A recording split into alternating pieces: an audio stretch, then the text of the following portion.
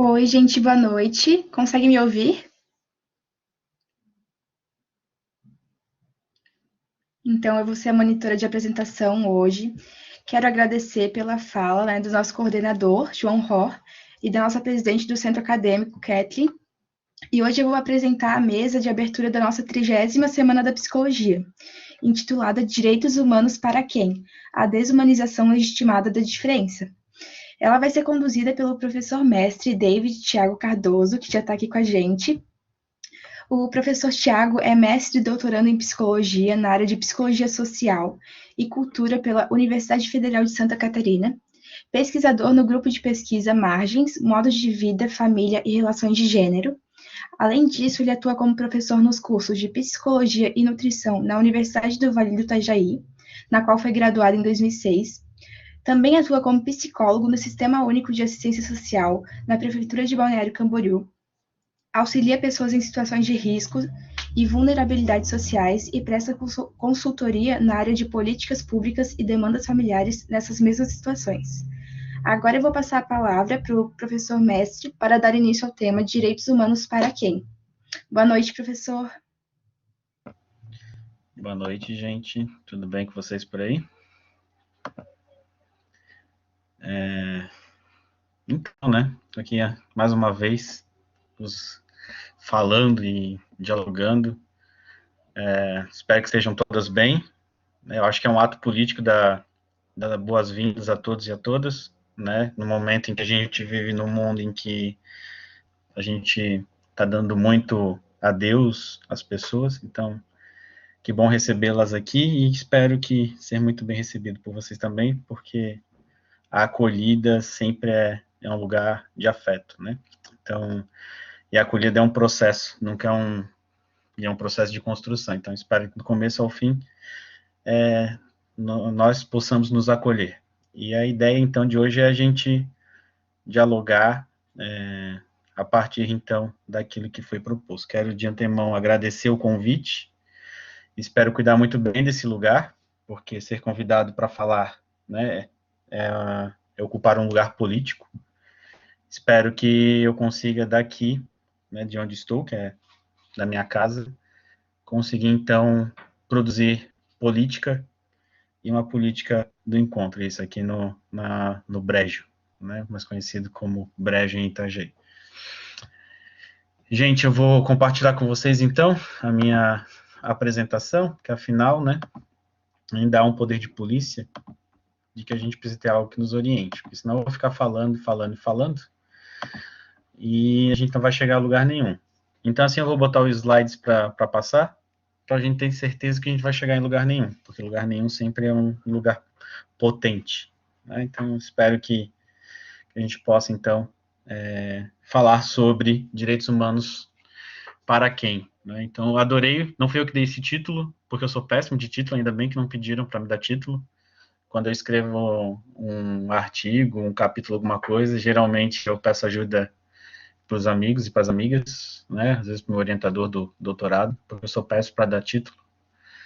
Então, ainda bem que o pessoal do CAPSI já deu pronto e também já também me dá uma orientação também para onde que esse discurso, essa linguagem que vai ser colocada em uso, então, a partir de agora, pode levar. Então, passei, desde que fui convidado, passei o final de semana pensando e refletindo sobre isso. Até porque é um tema que eu gosto de falar sobre, que é direitos humanos, e sempre com a pergunta, tipo, quem conta como humano, né? Nessas relações sociais ao qual a gente se constrói e se propõe a construir, sempre no campo das relações. Então,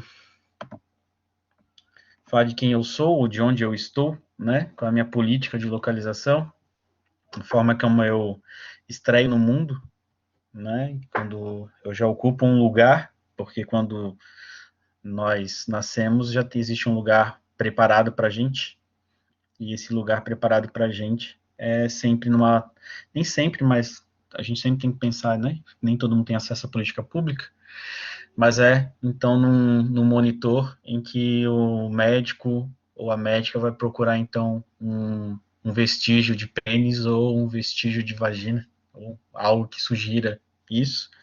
Então, a partir do momento dessa localização, eu fui colocado no mundo, então, como homem, e aí, portanto, já vem colado o heterossexual, e depois, então, na relação com o social, me entender como uma pessoa branca.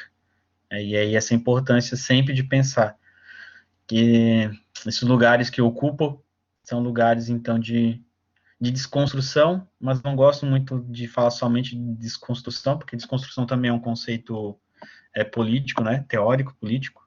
Então, pensar também, se eu me proponho a me desconstruir, onde que eu estou me reconstruindo? Será que é possível a gente se deslocar da identidade, depois de tanto tempo tendo estado a serviço dela, né, tendo acessado privilégios, estando acessando privilégios, para um dos privilégios, por exemplo, é estar aqui falando, né, numa abertura de uma semana tão importante, né, que é a Semana de Psicologia, numa semana que é importante, que é a semana em que, né, a gente comemora o Dia da Psicóloga. Acho que acredito sempre que estão nesse lugar da reconstrução, onde que a gente se reconstrói, para além do desconstruir, senão a gente acaba pegando a desconstrução como um escudo. Então, não nasci numa classe média, nasci enquanto um sujeito na pobreza, vulnerabilizado pela pobreza, nasci em Blumenau, né, nasci lá em Blumenau, nasci dentro de um porão, tudo mais, filho de operários, e aí, depois, com a questão, meus pais abriram uma, uma empreiteira, então a gente vai ascender a classe média, mas ainda assim a gente é marcado pela pobreza.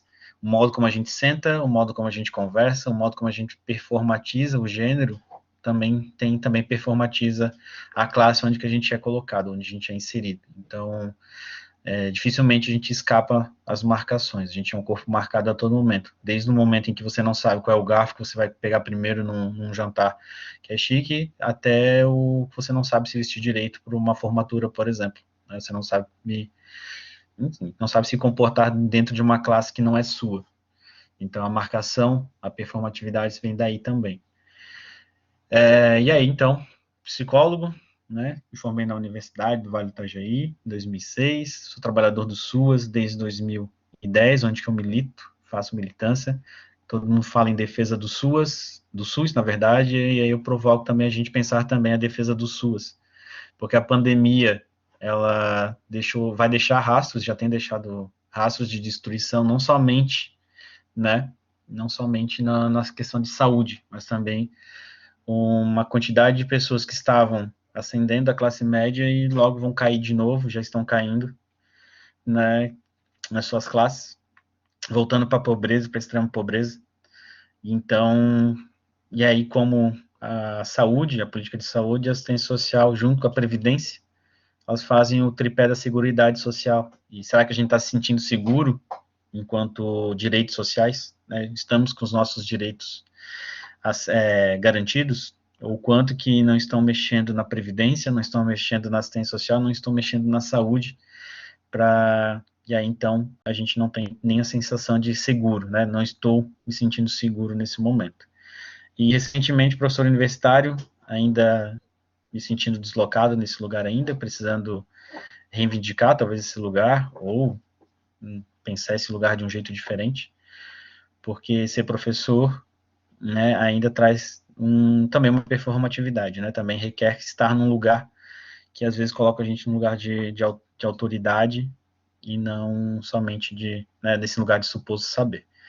Então, espero que esse treinamento permaneça, porque é o que me mobiliza, que tem me mobilizado. Então, tem outras coisas, né, tem reticências ali, eu sou casado, sou esposo, então sou pai, sou padrasto, torcedor, adoro um futebolzinho, né? Sou amigo, sou desafeto, né?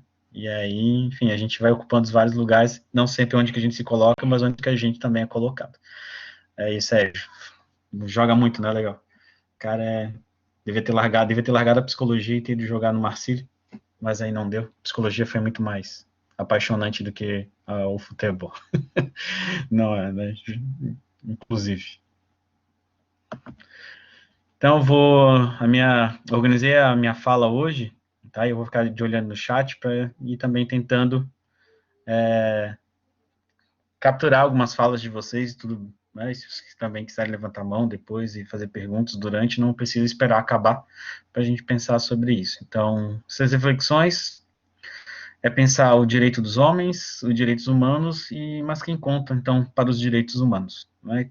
Então, a minha proposta é dialogar um pouco sobre a história, dialogar sobre os documentos, dialogar sobre a matriz, então, de inteligibilidade, que eu acho que é importante, né? Então, vou tentar refletir e propor, convidar vocês a refletir junto a partir desses três, então, esses três momentos. E aí, então, quando a gente pensa em direito, pensando numa história dos direitos, a gente vai pensar primeiro o direito dos homens, né? E aí, de quem a gente já vai, pelas figuras, vocês já vão vendo, então, os deslocamentos, quem é que tá, de que homens estamos falando. E a gente vai pensar uma historicidade, por mais que exista uma ágora, né, grega, em que vai dizer quem conta como sujeito, como cidadão, eu pensei em trazer mais do campo da modernidade, né, ou se quiser chamar da modernidade / iluminismo, para a gente pensar o que a gente está falando, então, dessa historicidade. E aí eu vou pensar, então, convidar vocês a pensar essa modernidade. E começar pela, então, Declaração da Independência dos Estados Unidos, né, em que a gente vai considerar essas verdades auto-evidentes. Que todos os homens são criados iguais, dotados pelo seu Criador de certos direitos inalienáveis, que entre estes estão a vida, a liberdade e a busca da felicidade. Então, é auto-evidente, né? Então, além de ser evidente, por si só, já encontra essa evidência. E aí é importante demarcar isso, que todos os homens são criados iguais. Todos os homens são criados iguais, então a gente já tem aqui um sujeito do direito, né? Os homens. E aí, então, a gente tem o que legitima uma pessoa, então, enquanto sujeito de direito. Aquele que vai ser dotado pelo Criador, Deus, de certos direitos inalienáveis. Então, não são todos os direitos, mas principalmente a vida, a liberdade e a busca da felicidade.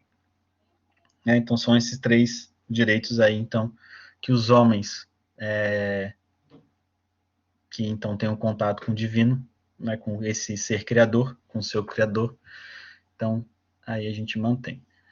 E 13 anos depois, então, 12, 13 anos depois, a gente vai ter, então, a Declaração dos Direitos do Homem e do Cidadão na França, muito em decorrência, né, das revoluções francesas. E aí, então, que eles vão pensar que os homens nascem e são livres e iguais em direitos. As distinções sociais só podem fundamentar-se na utilidade comum. Esses direitos são a liberdade, a prosperidade, a segurança e a resistência à opressão. E aqui a gente já vê uma diferença, né? Aqui nos Estados Unidos a gente está ainda focado numa religiosidade, e aqui na França, então, a gente reivindica o humanismo, né? Quem, então, vai ser convidado a ser, então,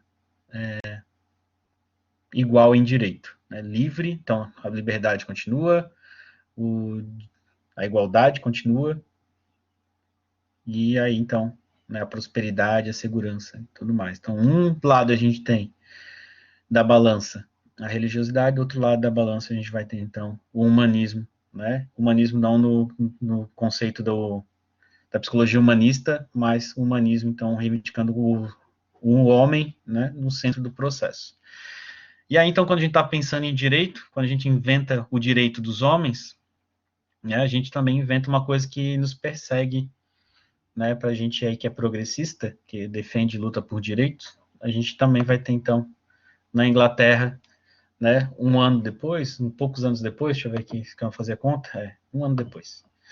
2 anos depois, a gente vai ter o Edmund Burke, que ele vai ser, então, o fundador do conservadorismo, e ele vai dizer, então, que as reflexões sobre a Revolução em França, né, ele está pensando, então, quais são, ele vai refletir sobre isso e ele vai pensar, nós não somos os convertidos por Rousseau, ou seja, ao mesmo tempo que a gente inaugura os direitos, a gente inaugura o conservadorismo logo em seguida, né, e a crítica aos direitos dos homens e dos cidadãos da França que o Burke vai fazer vai ser muito por conta desse deslocamento, de que não somos mais criadores, somos os homens pelos homens, né? O homem nasce bom, a sociedade que o corrompe. Então, que é o que o Rousseau vai pensar, né?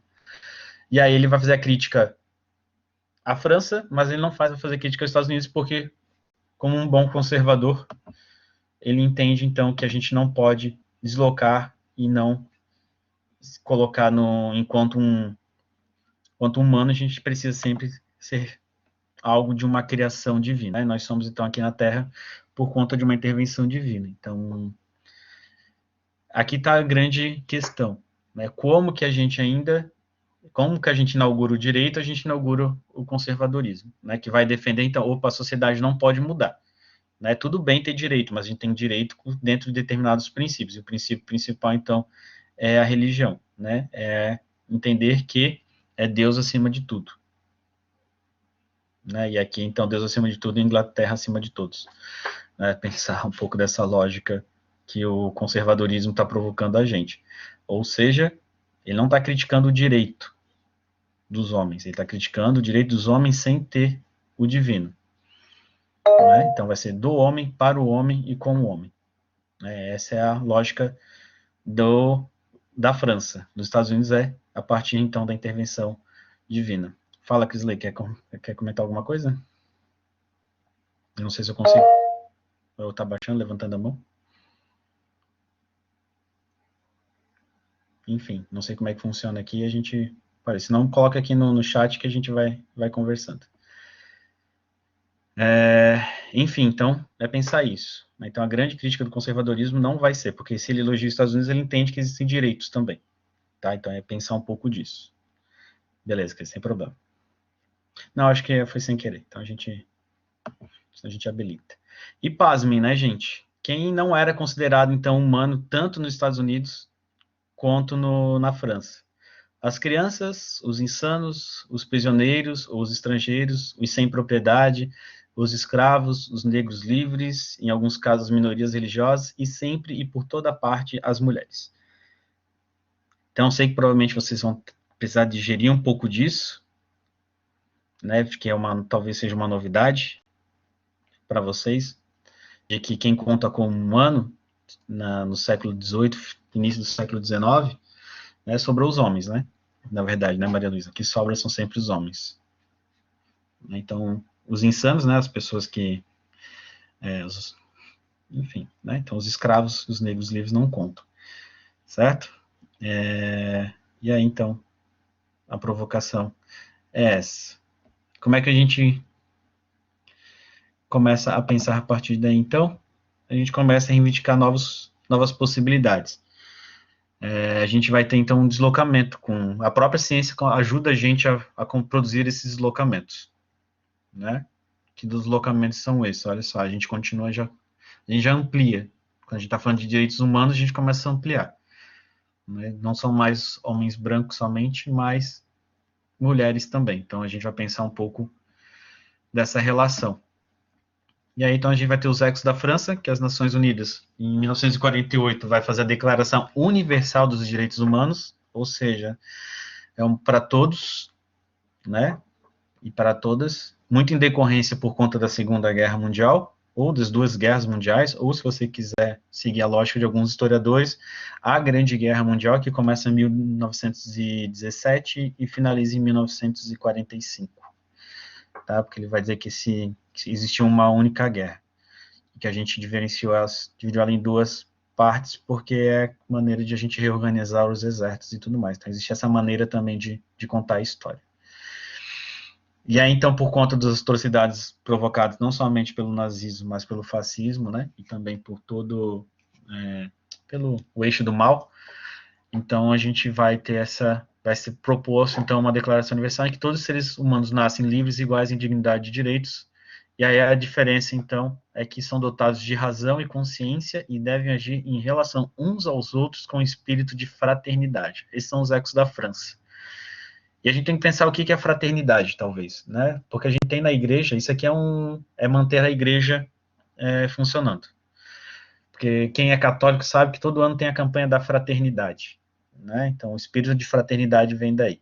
Então, a gente não nomeia a igreja, a gente não diz que do seu criador, mas a gente mantenha a fraternidade cristã ali, né? E essa fraternidade a gente sempre tem que pensar por que a fraternidade, e fraternidade também essa ideia das relações dos homens com os outros homens, né? As confrarias têm a ver com isso, né? As relações de fraternidade, que os homens têm muito bem construído ao longo da sua construção de masculinidade, e as mulheres precisam reivindicar a sororidade, que é algo que não é fraternidade, que é um outro lugar. Então, os homens defendem muito uns aos outros, e a sociedade cria, né, narrativas, mantém dispositivos que colocam as mulheres, então, para odiarem umas às outras. É assim na Branca de Neve, é assim na Cinderela, vai ser assim na Pequena Sereia, vai ser assim nos grandes clássicos da cultura, né, em que as mulheres, então, são criadas para odiar umas às outras. Né? Eu pensei só em termos aqui infantis, para a gente pensar, então, que é onde que a gente vai construir as primeiras questões. Certo? E aí os homens e os meninos, não, os meninos são criados, né? Que tal seria o termo pro frater e soro? A gente pode pensar, reivindicar isso, mas aí a gente tem que ver como é que isso cabe nos movimentos, né, legal? Pensar sempre dessa lógica. Ou então reivindicar somente a sororidade e acabar com a fraternidade, e entender então que a sororidade talvez seja um termo em que a gente convoca mais o sujeito à igualdade. E aí, então, né, o problema da autoevidência. Acho que é um ponto que é importante a gente pensar isso. Né? Thomas Jefferson vai dizer: consideramos estas verdades autoevidentes. A Declaração Francesa, a ignorância, a negligência e o menosprezo dos direitos do homem são as únicas causas dos males públicos e da corrupção governamental. Ou seja, a lógica está ali, né? Só existem três questões. Né? Então, está alto também evidente. E a Declaração Universal, visto que o reconhecimento da dignidade inerente a todos os membros da família humana e seus direitos iguais e inalienáveis é o fundamento da liberdade, da justiça e da paz no mundo. Se é auto-evidente, então, por que a gente não consegue colocar em prática? Porque a gente não consegue fazer com que esses direitos se efetivem, então. Né? O que acontece com essa grande família humana que talvez seja isso, né? Quando a gente considera a família é toda cheia de treta. Eu sei que talvez eu estou falando da minha família, a família de vocês seja maravilhosa, mas a minha família é cheia das tretas, cheia das confusão. Né? Então, a gente ama se odiando. Né? Então, aquela coisa, talvez a gente precisa discutir os membros da família. Né? Então, talvez o problema esteja aqui. Mas essa ideia, então, de que a gente não se reconhece enquanto família. Né? A gente sabe quem é família. Família, o que é? Né? O que representa a família para dizer que existe uma família humana? Quem é, então, né? Que família é essa, então? É uma família monogâmica? É uma família monoparental? É uma família nuclear? Né? O próprio nome já denuncia, que é o núcleo da sociedade, então é a família que é o pai, a mãe e os filhos. Ou como diz o pessoal do Pretinho Básico, não sei se todo mundo já escutou, que a família tradicional brasileira é o homem, a mulher, os filhos e um amante. Então, o que a gente está dizendo sobre que família é essa? Né? Então, amante sempre do homem, né, gente? Porque mulheres não podem ter amante. Desculpa aí, foi mal. Né? Porque a gente casa com a nossa companheira, a gente tem uma amante que é aquela que a gente ama. Né? E a mulher que a gente casa, a gente não ama. Enfim. Vamos pensar essas questões de família e de problematizações aí das palavras. O uso das palavras denuncia as questões. Né? Então, acho que é basicamente importante a gente pensar isso. De quem a gente ama e quem a gente casa. Porque essa é a lógica muito do machismo. Né? Eu sou homem e algumas vezes eu falei e algumas vezes eu escutei de que existem dois tipos de mulheres. As mulheres para casar e as mulheres para fazer festa. Certo? Por isso que a gente precisa sempre escapar, né, escorregar e sair desse lugar. E isso concubina no meu vídeo. Certo? Então, pensar um pouco disso. Essa não efetivação não acontece por quê? O que está por trás disso? Talvez sejam as qualidades, né, as qualidades dos direitos humanos. Que eles precisam ser naturais, inerentes nos seres humanos, ou seja, eles precisam estar lá, iguais, os mesmos para todo mundo, eles precisam ser universais aplicados por toda parte, ou seja, no mundo todo, né? Só que talvez a grande questão é aqui, será que realmente os direitos humanos são inerentes nos seres humanos, né? Será que é algo da natureza? Eu vou problematizar que não, né? Vou entender que ele é uma construção, e por ser uma construção, né, social, a gente vai, então, precisa, então, criar discursos e mecanismos para que isso não, né, para que isso venha a acontecer. E aí essa construção social que talvez seja o caminho para a gente poder pensar e a gente poder, então, realmente, talvez em algum momento, transformar igualdade em universalidade. Tá? Então, o grande problema talvez esteja aqui, entender talvez o que é da natureza, né? Que isso é um eco também lá de Rousseau. Né? Os seres humanos são bons, então, moralmente, eticamente, eles são bons, e a sociedade que o corrompe. Bom, será que realmente nós somos bons? Né? Será que realmente a gente consegue ter essa lógica de, bom, somos bons ou somos ruins, somos dentro de uma moralidade de bom e ruim? Será que realmente é a sociedade que corrompe? E aí a gente divide, faz a dualidade sujeito e sociedade? Será que sujeito e sociedade não é a mesma coisa? Em que momento eu sou sujeito, em que momento eu sou sociedade? Em que momento eu sou construção social e em que momento eu sou construção individual? Né? O que há em mim que não da sociedade? O que há na sociedade que não seja legitimado por mim também? Certo? Então, a questão é pensar isso. Somos construções sociais, né? E aí, lógico, já denuncia a minha abordagem, né, epistemológica, o construcionismo social, mas também estou pensando aqui a partir também do construcionismo em diálogo com o feminismo, tá? Então, é pensar um pouco disso, assim. Então, somos todos juntos e misturados. Talvez não tão misturado, né? Somos todos juntos, mas misturados, não sei se a gente é tanto, né? Qual o pensamento que tem que não faz o pensamento que me foi ensinado? Que não, no caso do construcionismo, que não foi construído, né? Então, enquanto eu estou aqui fazendo uma verborragia científica, acadêmica, a gente está produzindo pensamentos, né? Então, conforme eu vou lendo vocês escrevendo, eu também vou produzindo pensamentos, e o pensamento é sempre no campo da relação, pelo menos é o que eu compreendo como questões epistemológicas. Não existe nenhum pensamento que não tenha sido construído. Então, mas quem conta, então, como sujeito nessa lógica que eu tenho provocado a pensar e a divulgar? Quem é que conta? Quem são as pessoas que eu estou dizendo que são? Né? Então, há espaço para mais pessoas? Né? E se há espaço, onde é que estão essas pessoas? Como é que a gente pode convidar, como é que a gente pode resolver, então, essa treta? Né? Como é que a gente pode convidar a gente a pensar os direitos humanos de um jeito diferente, não mais como direitos? E aí, então, a gente precisa começar a discutir a matriz de inteligibilidade, né? Ou seja, aqueles discursos e normas considerados legítimos e que reiterados, ou seja, continuadamente e descontinuadamente também, né? Então, em vários lugares, em vários momentos, em várias possibilidades, a loja de departamento que divide roupas masculinas e roupas femininas, o desenho que é para menino e o desenho que é para menino, são os brinquedos, são as novelas que a todo momento mostram relações heteroafetivas, é o modo como a linguagem nos livros são colocados. Então, de várias formas, em vários momentos, de múltiplas maneiras, né, a gente vai dar uma continuidade a essa lógica de que o sexo, o gênero, o desejo, as práticas sociais são, né, a mesma coisa.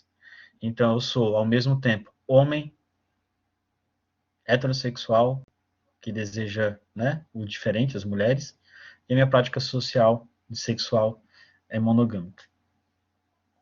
Certo? Edson, inclusive eu estava assistindo uma live esses dias e teve um sujeito que disse que, por conta da aprovação da lei que protege as mulheres da violência psicológica, e a Damares, por não ter feito nada disso, ela era uma feminista. Então, olha como é que a gente, né, então, a questão de um homem, lógico, um homem falando isso, né, tipo, falando que a Damares era feminista. Então, em qualquer corpo que vai desobedecer, então, essa continuidade, né, aquele que desobedece o seu gênero, que desobedece o sexo, que desobedece o desejo, que desobedece as práticas sociais, ele vai ser considerado subversivo ou um corpo abjeto e, portanto, não humano. Então, se eu tenho o meu desejo bissexual, eu já não sou humano, já escorrego, já saio fora, já não estou dentro dessa matriz, tá? E você que não gostava de matemática, né, lembre o que é uma matriz, né? Vocês lembram da matriz? De primeiro, faz uma matriz aqui, né, aqueles que escapam da matriz, certo? Então, professor, eu não odeio essa matriz, enfim. Aí você vai odiar a matriz de inteligibilidade também, chamada de cis heteronormativa. Certo? Então, pensa bem a matriz, né? Já está pensando isso lá nos problemas de gênero, para quem gosta de ler. Achou que ia fazer psicologia e escapar da matemática, inclusive, infelizmente, a Butler é filósofa e a filosofia, né, tá muito ligada, a matemática está muito ligada à filosofia, né? Então, a gente pensa a lógica. Então, essa lógica, essa racionalidade da matriz de inteligibilidade que vai conferir aquele que é humano e aquele que não é humano, aquele que é mais ou menos humano. Certo? Então, se é mais ou menos, já não é humano, né? Então, vai para as margens. Então, está no centro aquele que não desobedece o gênero, não desobedece, né? Não desobedece isso. Na minha época, a matriz era mulher, filha amante, pode ser também, certo? Então, a amante não é considerada humana nessa lógica aqui, né? Já que ela não está na matriz, ela não é considerada humana. Né? E aí ela vai ser objeto do desejo, não um sujeito ativo desse desejo. Já utilizando isso como questão. O que fazer, então? Né? Já que a gente tem uma matriz de inteligibilidade que confere legitimidade a quem é humano e quem não é humano, a gente precisa, então, resolver essa treta. E por isso que eu digo que a melhor tradução do livro da Butler, não sou eu que falo isso, tem algumas colegas que falam também, né? Ela vai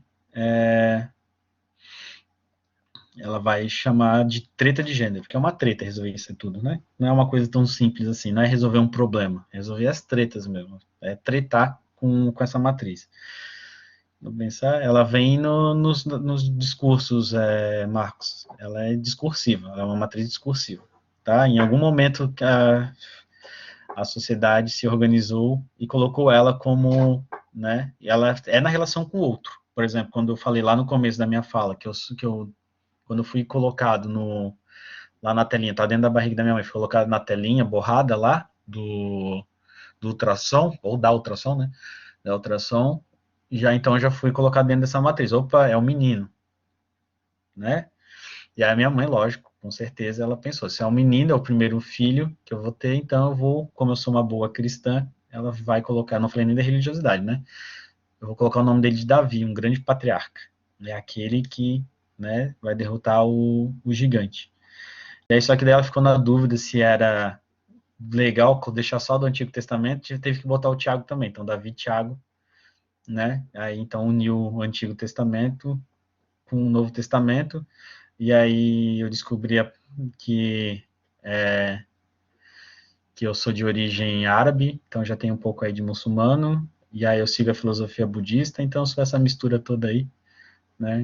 Enfim, mas aí é toda atravessada aí pelas narrativas, pelos discursos. Inclusive pensar isso, né, que quem dá a igreja também dá legitimidade a esse discurso, né, de que existem Adão e Eva, né, não existe, enfim, outros corpos que não o corpo masculino e o feminino.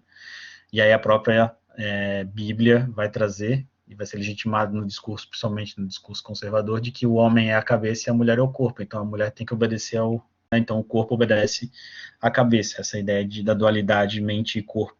Né? Então é um pouco vou falar sincretismo, isso mesmo. Então as mulheres têm que obedecer. Olha. Então a religião nunca deixou. A ideia da fraternidade está lá, né? De que a igreja também está Gênero é aquilo que você denomina, se você já refletiu sobre ele, Marlon, a gente consegue denominar. Mas primeiro denominam para a gente, né? E aí a Butler vai pensar bem isso, que primeiro vem o gênero e depois vem o sexo. Não existe sexo biológico. O sexo biológico vem depois que o gênero, que é discursivo, está presente na sociedade, né? Então, vamos falar que o sexo biológico você não vai perguntar para um cachorro, né? Ou para um animal ali, perguntar se é macho ou se é fêmea. Porque isso está no campo do discurso, macho e fêmea.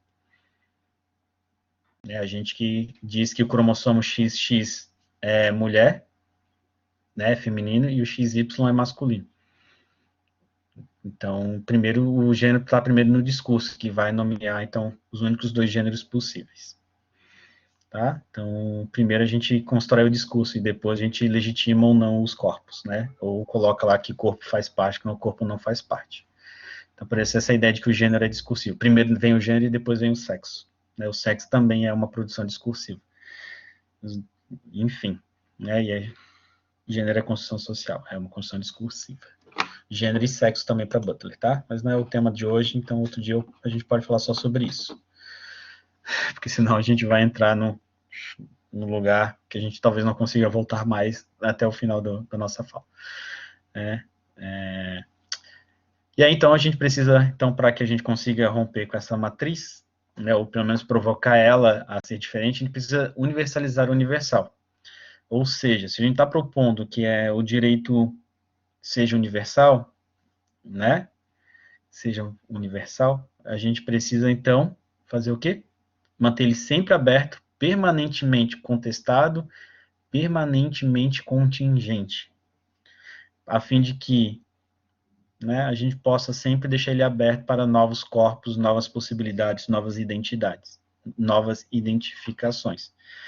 Então, não dá para dizer, né, que quem conta como sujeito para o universal, né, para o direito humano.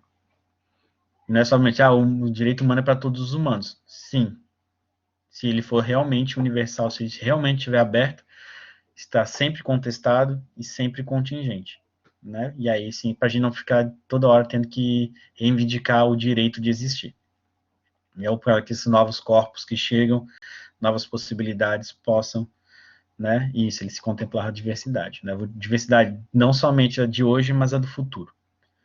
E aí, então, a possibilidade, né, de apresentar como uma disputa política permanente. Universal sempre, a universalidade sempre vai ser um lugar de disputa política entre aqueles que querem participar e aqueles que são impedidos de participar, né? Entre aqueles que detêm o poder e aqueles que são subalternizados por aqueles que detêm o poder, né? Ou que fazem o exercício do poder.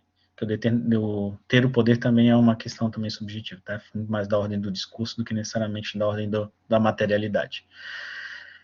E aí, então, o que ela provoca, a Butler vai provocar a gente a fazer, é convocar ao político novas matrizes, né? Disseminar nos próprios termos dessa matriz de inteligibilidade, matrizes rivais e subversivas de desordem de gênero. Então, se eu estou organizando, eu posso desorganizar, já diria, né, Chico Science, nós somos zumbis. Se eu estou organizando, eu posso desorganizar.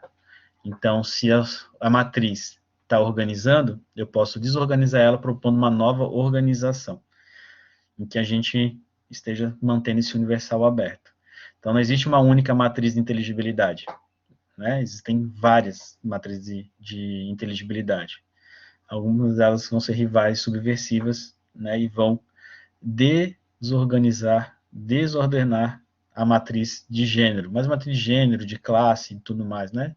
Enfim, a gente tá, como a Butler está falando de gênero, tanto nos fundamentos contingentes como em problemas de gênero, tá ali gênero, mas como é que eu posso, então, desorganizar e, né, fazendo um gesto subversivo para realmente reivindicar esse universal e fazer parte desse universal?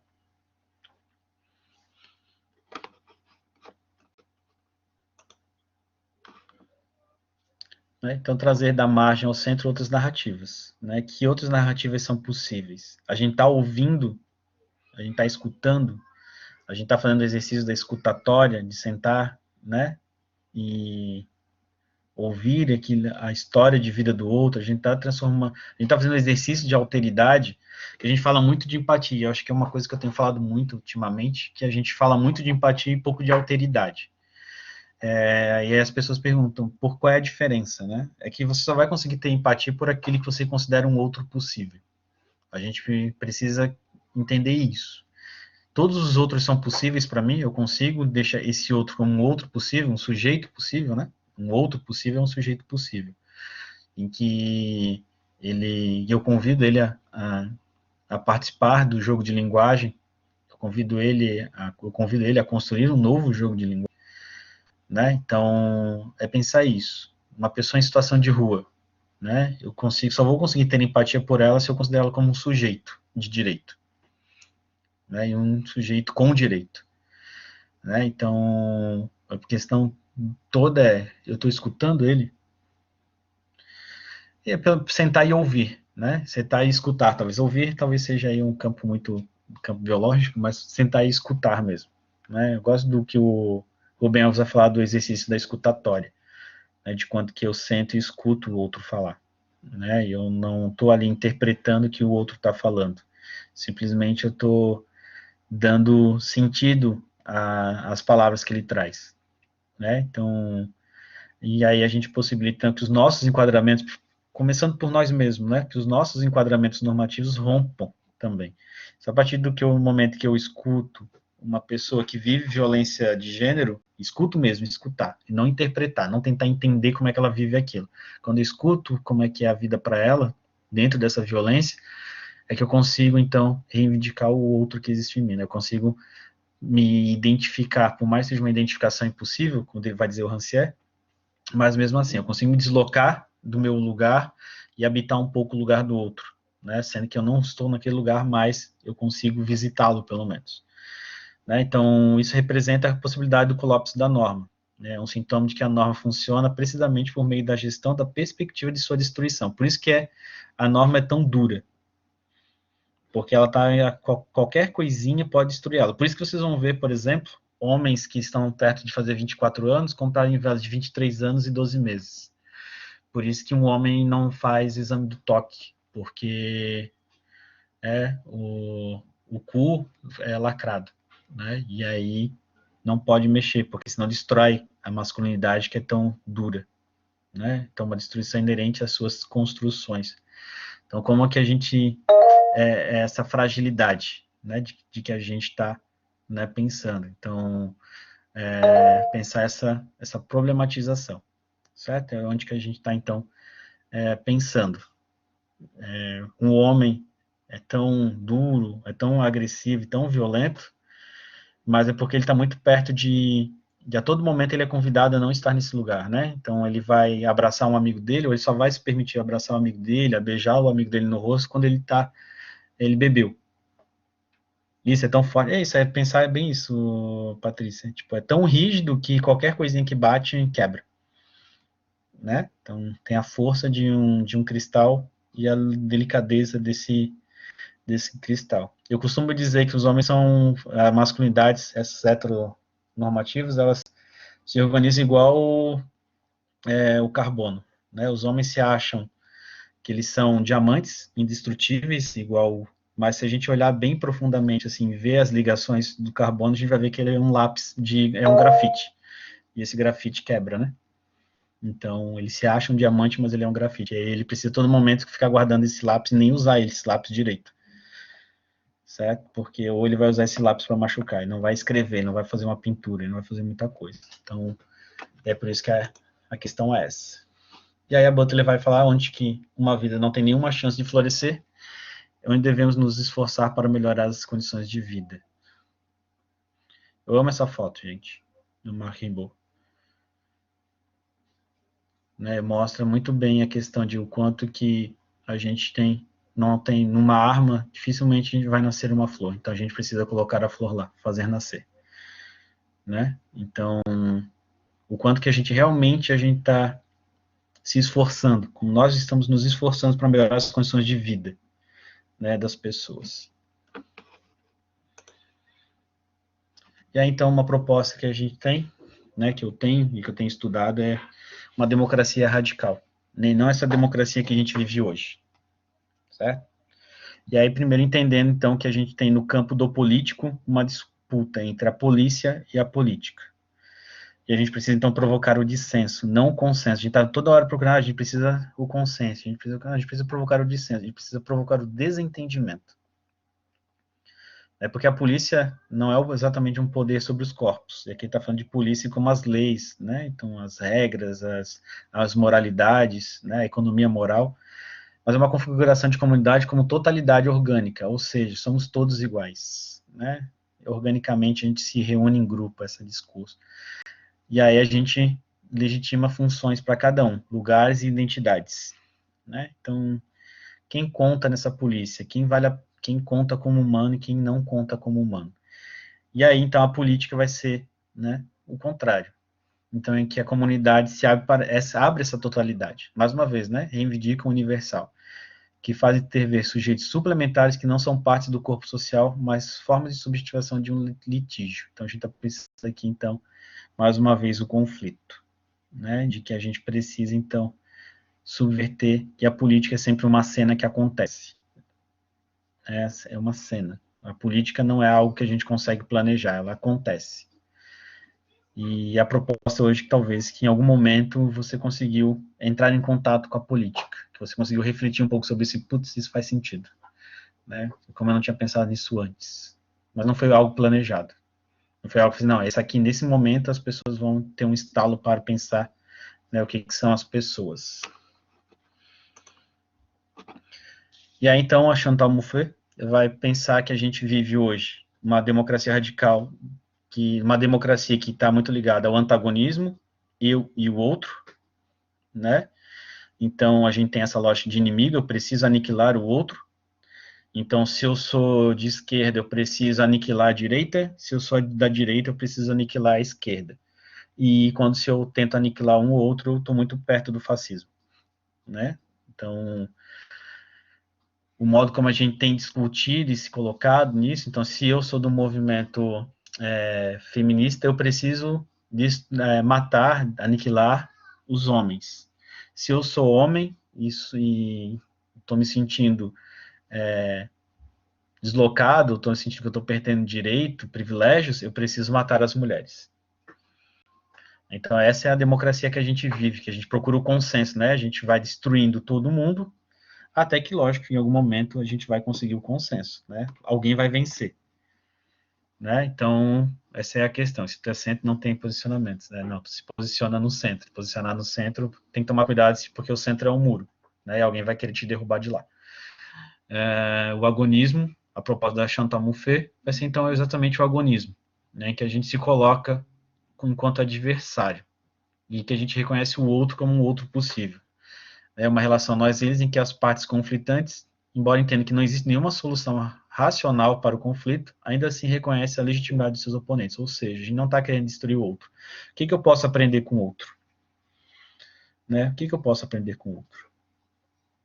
O que eu posso aprender com a direita? O que eu posso aprender com a esquerda? O que eu posso aprender com o conservadorismo? O que eu posso aprender com os progressistas? O que eu posso aprender com as mulheres feministas? O que eu posso aprender com os homens?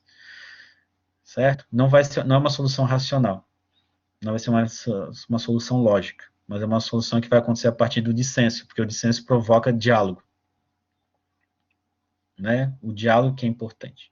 É o diálogo que vai construir as pontes entre dois lugares, né? Por mais que não seja essa tradução de diálogo, talvez não seja, essa ideia de que eu tenho um di, ou seja, eu tenho dois locos, né? Dialocos. Então, é que eu faço com que os dois lugares se comuniquem, né? Então, isso é uma possibilidade potente em que eu vejo o outro como adversário. Se eu destruo o adversário, então eu não participo mais do jogo político. Se eu destruo o adversário, eu não participo mais do jogo político. Né? Então, o antagonismo vai precisar funcionar assim, sempre aniquilando o outro, todos os outros possíveis. E o antagonismo é manter esse outro existindo no campo do diálogo. E aí, por fim, então, para indo para o final, é preciso, então, ganhar as ruas. Né? Ganhar as ruas, então, a gente está falando em dissenso, ganhar as ruas é reivindicar a rua como palco político, como palco político da disputa entre a polícia e a política. Né? Então, duas imagens para a gente pensar o que é ganhar as ruas, né? O que é transformar as ruas num campo, num território, né, de política. E por que isso é importante quando a gente vai... Porque a gente vai coletivizando, a gente vai criar a cena e vai se criar na cena. Né? E a Butler vai pensar justamente isso, que é a constituição de alianças coletivas em uma ética de coabitação que nos dê espaços, que se dê nos espaços públicos. Né? Que eu transformo uma rua que é trânsito numa rua de transformação, num palco político, num palco de luta. A gente precisa ocupar o público, nós que somos jogados no privado, nós que somos convidados a viver o individualismo, a gente precisa criar alianças coletivas. Aquilo que o Guattari vai chamar de grupelho, né, que a Butler está falando de constituição de alianças coletivas. E isso é um palco de vozes, né, Thaís? Então, esse é o ponto. A Rua Passa é um operador biopolítico de extrema importância, visto que a virtualidade dos corpos precários, em conjunto, estabelece o exercício performativo. Então, o corpo precário é somente um corpo precário. Os corpos precários, em conjunto, estabelecem o exercício performativo.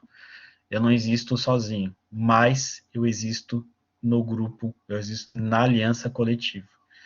Né? Nós somos corpos precários, necessitamos de condições coletivas para continuar existindo. Condições coletivas é isso, é coletivizar a demanda. Né? Eu sou mulher de violência. Eu sou mulher de violência, nós, mulheres, somos mulheres de vítimas de violência.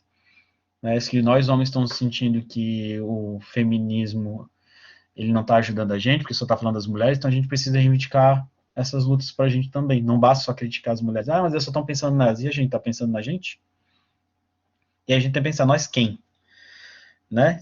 Quem são esses corpos precários que precisam das condições? Quem são esses nós? E aí, pasmem.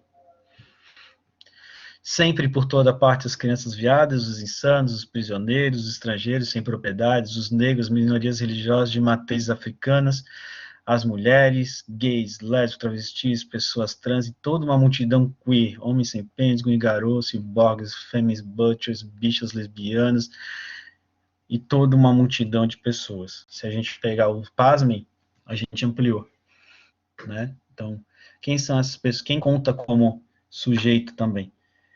Também. Né? Quem mais? Nós, homens brancos, e quem mais?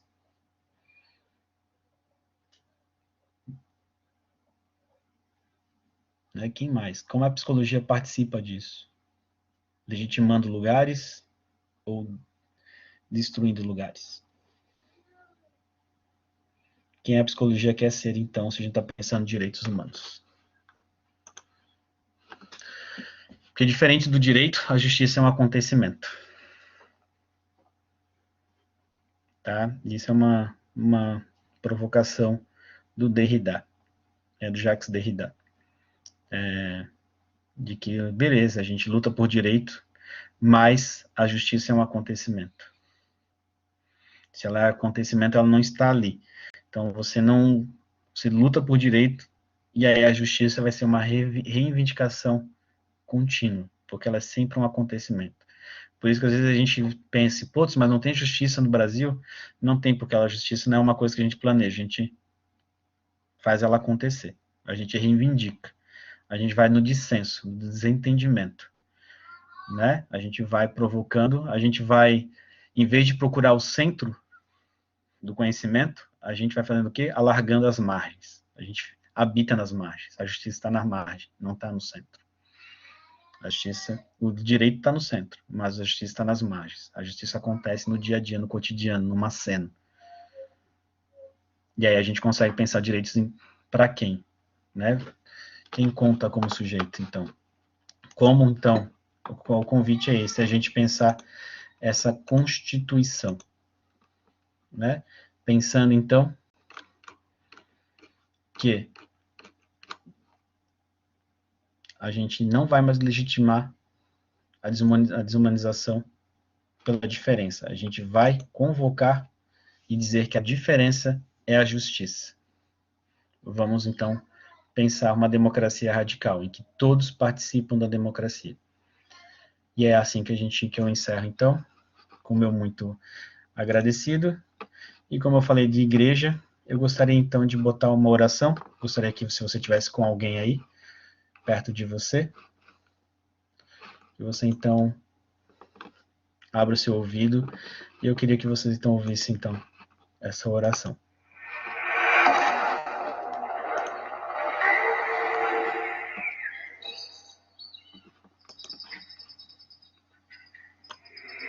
Eu determino que termine aqui e agora. Eu determino que termine em mim, mas não acabe comigo. Determino que termine em nós e desate. E que amanhã possa ser diferente para nós. Que tenham outros problemas e encontrem novas soluções. E que eu possa viver nelas, através delas, em suas memórias.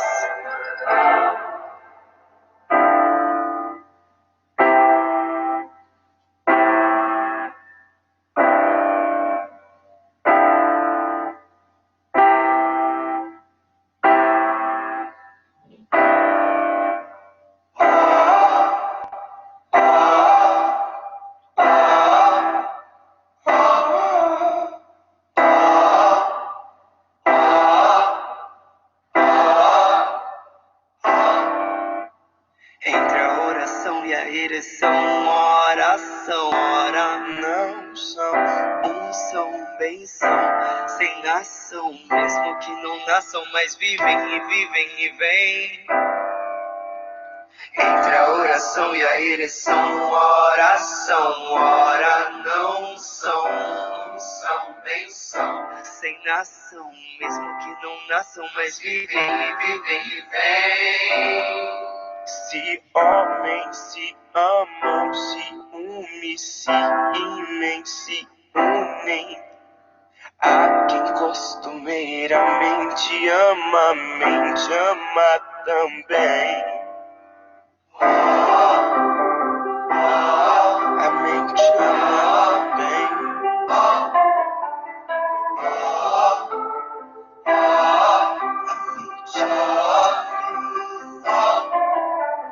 Entre a oração e a ereção, oração, ora não são, bem são, sem nação, mesmo que não nasçam, mas vivem e vêm. Se homens se amam, se unem, se imem, se unem. Há quem costumeiramente ama, mente ama também. A mente ama também. Não queimei,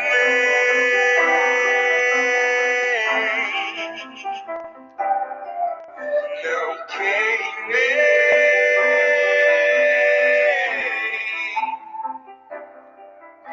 Não queimem as bruxas, mas que amem as bruxas, mas que amem. Que amem. Não queimem as bruxas, mas que amem as bichas, mas que amem.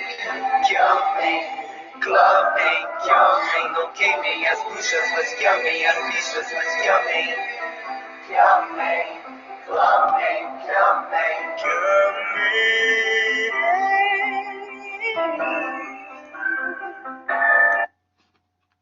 Amém, gente. Estou aberto ao diálogo agora.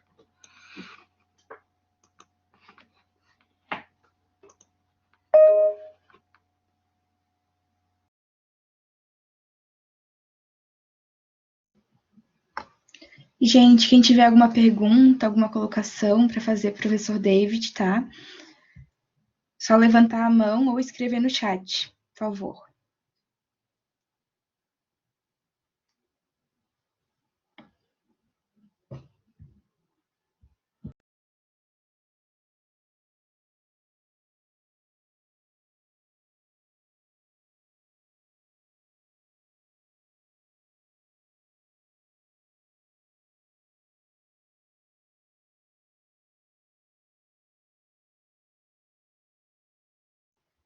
Se não temos nenhum questionamento, muito obrigada, professor David. Um tema muito pertinente, né, para a gente falar na abertura da Semana da Psicologia. Agradecemos pela sua fala, também pela colaboração com o Centro Acadêmico, o nosso coordenador João Hor. E lembrando que amanhã a gente tem, durante a manhã e também de noite, a gente tem as palestras sobre as abordagens psicológicas. Boa noite a todos, muito obrigada. Tchau, gente. Obrigado pelos agradecidos, viu? Beijo para vocês. Aproveitem aí a jornada de vocês na vida e também na semana acadêmica. Qualquer coisa, me procurem aí nas redes sociais e no e-mail que eu respondo as perguntas de vocês também. Beijinho no coração de vocês. Tem alguns que eu tô com saudade, outros não. Mas o importante é a sinceridade. Beijo. Tchau.